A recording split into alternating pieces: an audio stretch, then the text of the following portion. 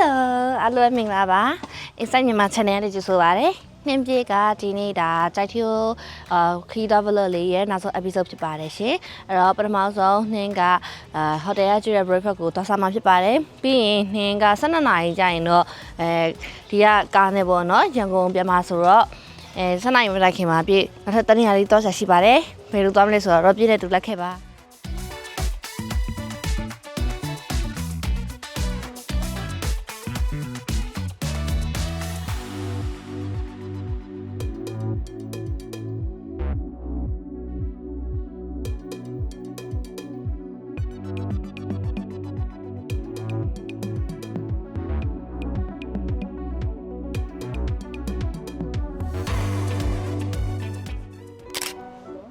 ကဲဟိုတယ်ကတော့ပြေကိုဒီဂျာဆဲကြော်ရယ်ပြီးတော့ပေါမုံချက်ဥကြော်ရယ်ဖေးရတီးရယ်ကော်ဖီရယ်ကျွေးပါရှင်ဟိုအိမ်မှာဆိုရင်တော့ပြေ12နာရီလောက်မှထားပါတော့ဟိုတယ်ကျတော့မရအောင်လေ breakfast ကအသက်ဆိုတော့ breakfast ကိုရအောင်စားပါတယ်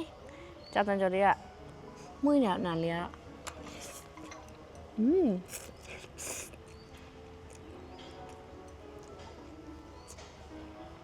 ကောင်းတယ်အချင်းလေးပေါ့နော်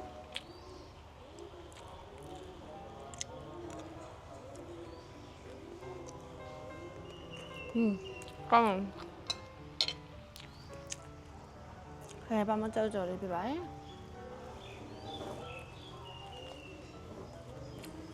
ဘာမှကြောက်ကြော်လေးကောင်းတယ်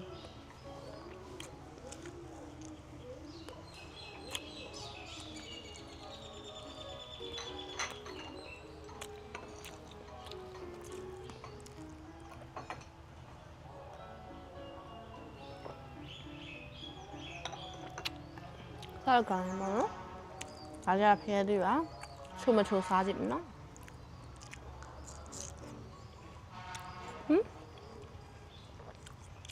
အရင်လည်းမချိုဘူးအရင်လည်းမပေါ့နေတော့လောက်ပဲဆိုဒါ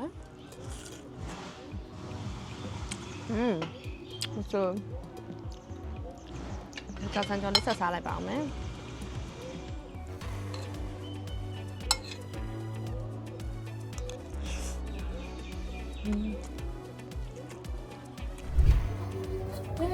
耶，家头要菜的不喏，公里的那里也吃呢，但是你也不那个说，我也别，OK。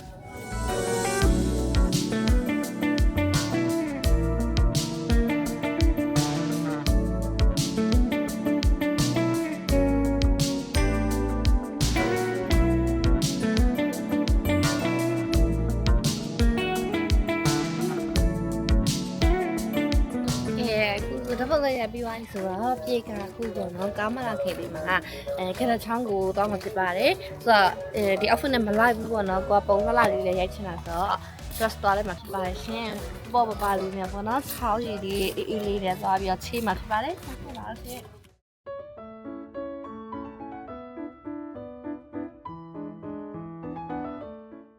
အဲ့ဆိုရင်အင်ဂျီလေးမှာပြကြအောင်နော်ကဲအင်းစီကတော့လဲပြပါဖြစ်ပါရှင်လှလာဆိုတော့အခုငရချောင်းကိုတောင်းမှာဖြစ်ပါရဲ့ရှင်ဒီကနေမမကြည့်ရတော့9မိနစ်လောက်ဆိုပေမဲ့တကယ်လည်းရှောင်းရင်တော့ဘယ်လောက်ကြာမလဲတော့မသိတော့လက်ချက်ပြီးတော့သွားကြည့်မယ်ခုနစောစီစီ exercise ပေါ့နော်လိုက်တယ်မလားအဖေဆိုတော့ဒီနေ့vlog တွေထဲမှာပေါ့ပပဝေဘူးတာခုကဒါပထမဆုံးပဲကျွန်တော်ရဲ့အရှိပြီးတော့ထမဲဆိုတော့အခုဒီလိုပေါ့ပါလေးဝယ်ရတာပို့ပြီးတော့street ဖြစ်တယ်ပေါ့နော်ဆိုတော့ကြရအောင်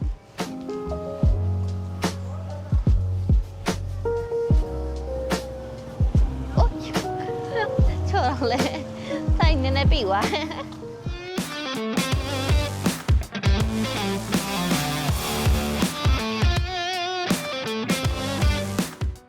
မင်းညဆိုလေတောင်းတက်ပြီးတော့လေအိတ်လေးကအမလေးပင်မလိုက်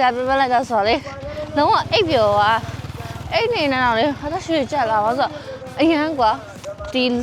တောင်းနေတက်တော့ဒီအသက်တက်လုံးအားပို့ပြီးတော့တိုးလာပါတော့တိုးလာတဲ့အချိန်မှာကိုခိုင်းတက်ရှိတယ်လို့မဟုတ်နဲ့အဲ့လိုဖြစ်ဒါခုကတော့စိတ်လန်းပြေပါအောင်ချောင်းသွားမှာဆိုတော့ချောင်းရည်လေးနဲ့ခြေပါမရှင်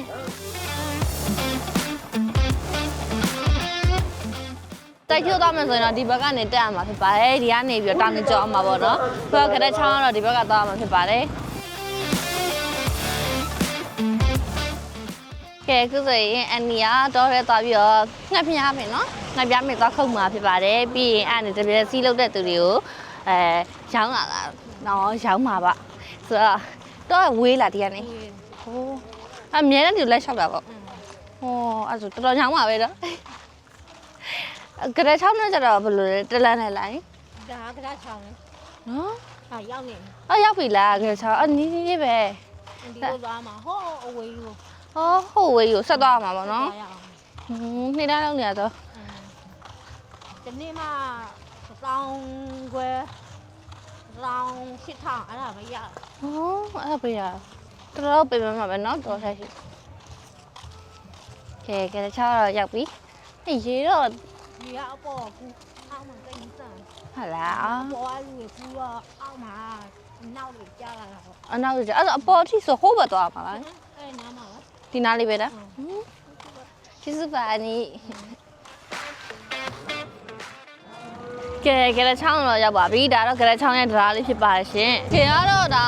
မိုးတွေမဟုတ်တော့ပေါ့နော်ရေနည်းနည်းတော့ကြာသွားပြီပေါ့နော်ကဲခုဆိုရင်မှချောင်းကြီးကိုမြင်နေရပါပြီရေစော့နေကြပါပေါ့နော်ရေလေးကကြီးရပါမှာငါးတိတိလေးရဆိုမြင်ရတယ်ပေါ့နော်အပေါ်နေနှမ်းကြည့်ပြီးတော့ဒါအောက်ကိုသွားပါမယ်အောက်မှာတော့မုတ်ဆိုင်လေးလည်းရှိရဆိုတော့လေအဲ့လိုမျိုးလေးချေးလို့တော့ရပါပေါ့နော်တော်တော်နီးရပဲပြီးတော့ရှောက်တာဆိုရင်ဒါပြပုံမှန်လမ်းမရှောက်တဲ့သူတော့အခုရှောက်တော့7မိနစ်လောက်ပဲရှိရယ်အရင်နီးပါတယ်ဟိုတယ်ကနေဆိုရင်တော့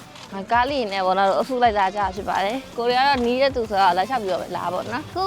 ဒီလမ်းလေးကနေကိုပြီးတော့ဆင်းရမှာဖြစ်ပါတယ်ဟိုဘက်ဆက်သွားရတော့ပေါ့နော်ဒီဘက်ဆိုရင်တော့ကြက်ချောင်းသွားပါပါ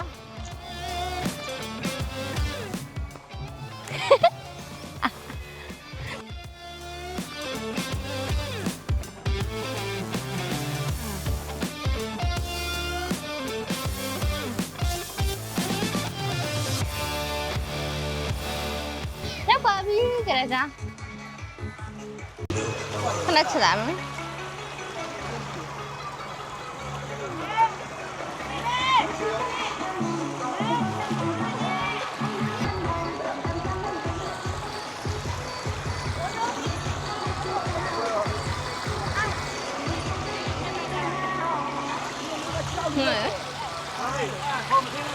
ရတယ်ဆင်းရရဲ့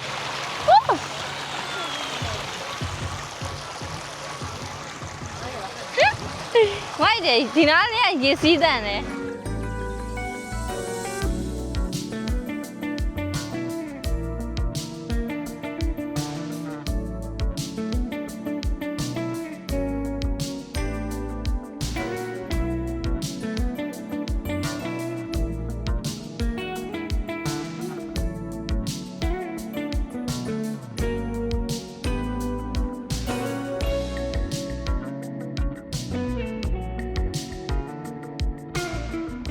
ဒီကတော်တော်တိန်နေ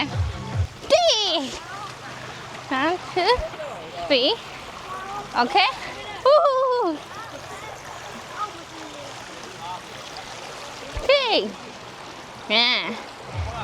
ခုဆိုရင်ဟိုဘက်မှာမုံမှာစားလို့ရတယ်မုံတော့မှာစားမှာဖြစ်ပါလေကြောက်လေးကအလေးတလေးတော့ချောတယ်နော်ဒါမဲ့နိုင်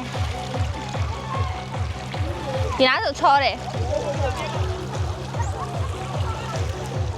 ဟင်းတော့ရဲလို့ကောင်းတယ်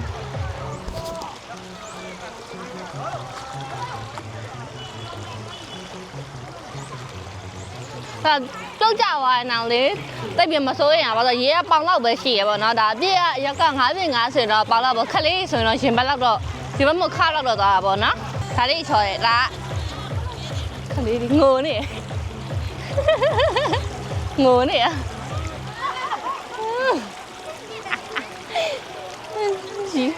ကဲအစအပေါ်ပြတက်ပါမယ်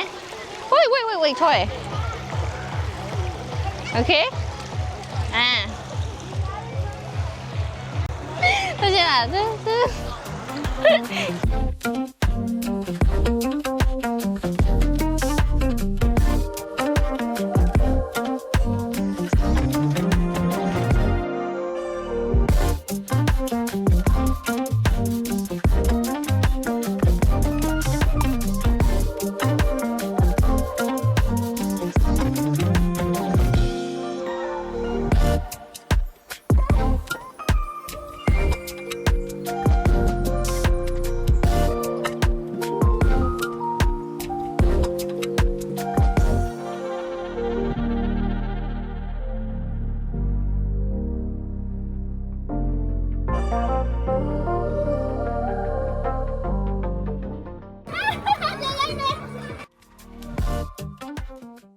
အေးတော့အမလီ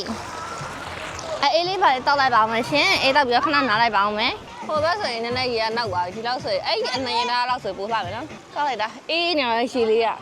ရေချိုးချင်တာဒါပေမဲ့အဝတ်ပုံမပါလာဘူးဆိုတော့အောက်ပိုင်းမဲ့စိန်လိုက်တော့မယ်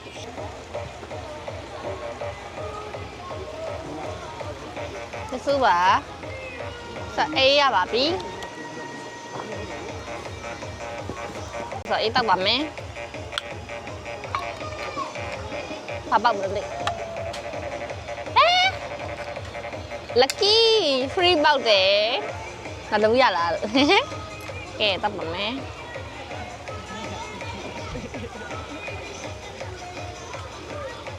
ဟုတ်တယ်ကဲဒီကရက်ချားဆိုရင်တော့ဒီကြိုက်ထိုးရေတခွန်ကနေပြီးတော့เนาะဆင်းလာတဲ့ရေတွေကိုဒီမှာတော့ကြောက်တုံးလေးနဲ့လူခန်းထားတော့ရေကလုံးဝကြိတ်တောက်နေရပဲပြီးတော့ဒီရေကအရန်တန့်ရှင်းတယ်ပေါ့เนาะဖျားမှုတော်များများတော့ကြိုက်ထိုးဖျားမှုပြီးရင်တော့ဒီမှာလာပြီးတော့ပန်းဖြေကြတယ်ပေါ့เนาะဒီမှာတောက်လိုက်စားလိုက်ပေါ့เนาะဒီဟာလေးကပေါ့เนาะကြိုက်ထိုးကိုလာမယ်ဆိုရင်မသားမဖြစ်လာမသားမဖြစ်သွားတဲ့နေရာလေးပေါ့เนาะမလာမဖြစ်လာတဲ့နေရာလေးဖြစ်ပါတယ်ရေတခွန်မှာသွားမယ်ဆိုရင်တော့ပိုပြီးအနေအများတာပေါ့ဒါတော့ရေကတိတ်တိတ်လေးဆိုတော့အနေရလည်းကင်းတယ်ပြောပို့ပြီးတော့လည်း relax ဖြစ်တယ်ပေါ့နော်ဆိုတော့လူအများကြီးပဲလာကြပါတယ်ဒါပြည်တော့နောက်မှလာတဲ့ခီးသွားအဲ့တဲ့ကြီးပေါ့နော်ခဏနေပြည်တော့လည်းဟိုတယ်ပြန်ပြီးတော့ထုတ်ယူပြီးတော့ရန်ကုန်သွားမှာဖြစ်ပါတယ်ဆိုတော့ဟုတ်မယ်တတာကဲအခုဆိုရင်ပြည်ရန်ကုန်ပြန်နေပြီဖြစ်ပါတယ်ရှင်အခုလို JTO vlog လေး6ပုံလုံးကိုစိတ်ဝင်စားနဲ့ကြည့်ရှုပေးရတဲ့ကျေးဇူးအများကြီးတင်ပါတယ်ဒါဆိုရင်ကိုရောက်ရင်ပြန်တွေ့ကြမယ်နော် bye